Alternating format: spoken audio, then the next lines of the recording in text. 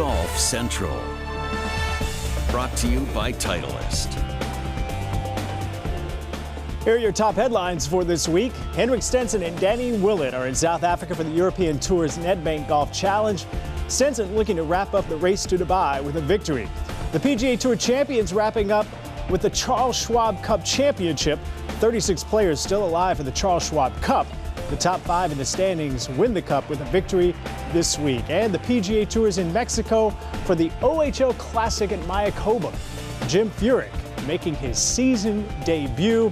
It's the veteran's first ever start in this event. Hi there, thanks for taking up with us on this Election Day edition of Golf Central. I'm Todd Lewis, and whether you are to the left or to the right, I promise for the next 30 minutes we will be straight down the fairway. Big changes happening in the Big Easy. The PGA Tour Policy Board approving a new format for the Zurich Classic. Our George Savarikas on top of this story. He joins us now from Mayakoba. George, what exactly is the new format? Yeah, Todd, for the first time since 1981, the PGA Tour will have a team event on the schedule for this upcoming season. The Zurich Classic is becoming an 80-team consisting of 2 players per team event. So there'll be 160 total players in the field. 35 teams of 2 will make the cut going into the weekend. Now, this event will consist of alternate shot and best ball for the first 2 rounds. Same goes for the weekend, so that will be the format. There have been internal discussions for a few months. It was finally confirmed yesterday in a meeting with the PGA Tour and the Players Advisory Council. So some big changes in store at the Zurich Classic. We always want something different. I mean, I think people have craved for a team event out here since the only time you have that is Ryder Cup and President's Cup, maybe World Cup you have one. So the average tour player would absolutely love this. And the field's going to be better, everybody's going to embrace it, and we're just going to have a blast. Eyes lit up, and it's a good little buzz. You know, I think it has a little bit of what the Stableford system used to have out here. Just a little change of pace for not only us, but the fans. And, you know, if you can get that kind of, I don't know if it's a Ryder Cup feel or President's Cup feel in a normal week event, I think it's going to be awesome. I think the crowds are going to love it, and I think it's going to be great for TV. I think it'll come out a lot of more personalities too of, you know, who gels with who and vice versa. That week's going to all of a sudden turn to a great event in New Orleans. It's struggled the last few years with the depths of field, and they've had some top guys play there, but I think you're going to get a lot of great players playing there and having a lot of fun. Zurich is, you know, they're thinking in the right direction for golf. I feel like a lot of guys that probably don't normally play that tournament that'll come play the Zurich, and it's such an amazing event in New Orleans, and it's going to be a really fun event.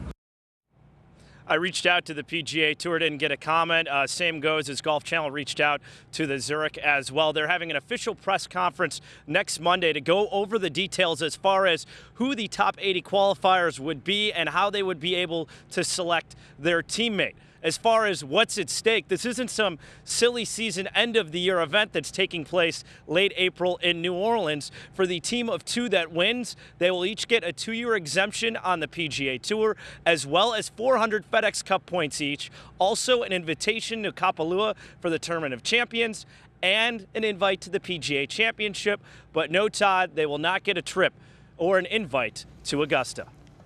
Good reporting there. That's interesting. No invite to the Masters, and normally an individual winner on the PGA Tour gets 500 points. This will be 400 points for a team competition for both members. Good move or not, you think, Trip? I do. I mean, they address it. Charlie Hoffman said it best. I mean, it's an event that was struggling. Its position in the schedule being after the Masters and before you get moving towards the Players' Championship and then ultimately towards the next major, the U.S. Open. I think it's a good thing. 160-player field, 80 teams of 2 players. Now, here's the thing, George. Todd, excuse me. What you have to do is you have to pick somebody who's eligible on the PGA Tour eligibility list. So it would be 2 players that fit that category. If you wanted to pick somebody outside of that, it would have to be, say, a sponsor's exemption given. And I'll give you an example. Say Brooks Koepka wanted to choose his brother Chase Koepka. Yep. Chase Koepka would have to get a sponsor's exemption. So that's one of the little caveats of this. But I love these team events. We see them in the silly season, the Shark Shootout. We're going to see it now on the regular season PGA Tour. And also, don't forget, people say that this might affect the history books. 5 of Sam Snead's official wins were team events, and also the first of 11 in a row for Byron Nelson was a team event. So there's been team events on the PGA Tour in the history. And you played on the world's greatest tour, so this sounds like a big insertion of energy. I'm going to make you like king of golf, and you get to pick out the 2 guys you would like to see play together in team competition at the Zurich Classic. Who would they be? Well, this team probably will not happen because the 80 players have to choose based on where they are in the world ranking and in the FedEx Cup points. But I would love to see this guy right here, U.S. Open champion, Dustin Johnson. And who am I going to put him with those towering drives at TPC Louisiana to take apart that golf course? Well, that drive right there at the U.S. I cannot imagine. That ball flew 325 yards. I think it would help that he had just been told that he got a penalty for the ball moving earlier in the round, but I'd put him with this guy right here.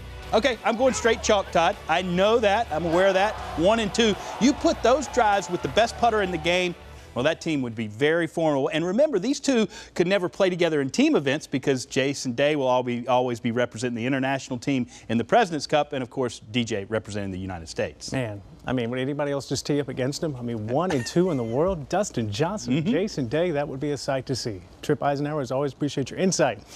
It's been a great 22-year ride for Tim Finchem as commissioner of the PGA Tour.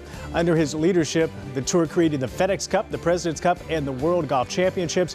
Finchem is retiring, and on Monday, the PGA Tour Policy Board approved his successor, elevating Jay Monahan, the Tour's deputy commissioner and COO, to commissioner, effective January the 1st of 2017. This move has been in place for a while, and according to one Policy Board member, it's one the players support.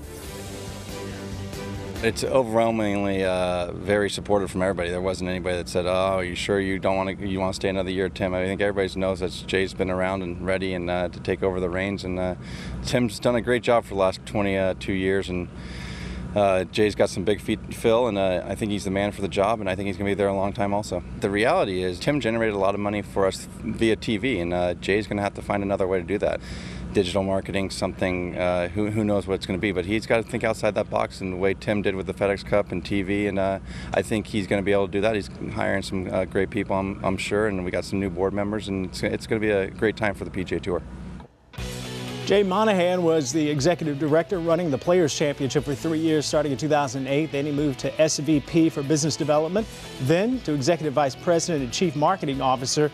Then in 2014, became deputy commissioner, and he also was named chief operating officer. And again, he is the new PGA Tour commissioner, effective January 1st, 2017. Stay with us on Golf Central. You will hear from Graham McDowell, who won at Mayakoba last year. Can he recapture some Mexico magic this week? Plus, Tripp will join us again to give you fantasy players. 3 players he thinks will be in the mix on the Back Nine Sunday at the OHL Classic. It's a great mix of young and old. Stay with us. Golf Central is brought to you by new Titleist 917 drivers, the standard for complete performance. Grip Confidence, Grip Golf Pride,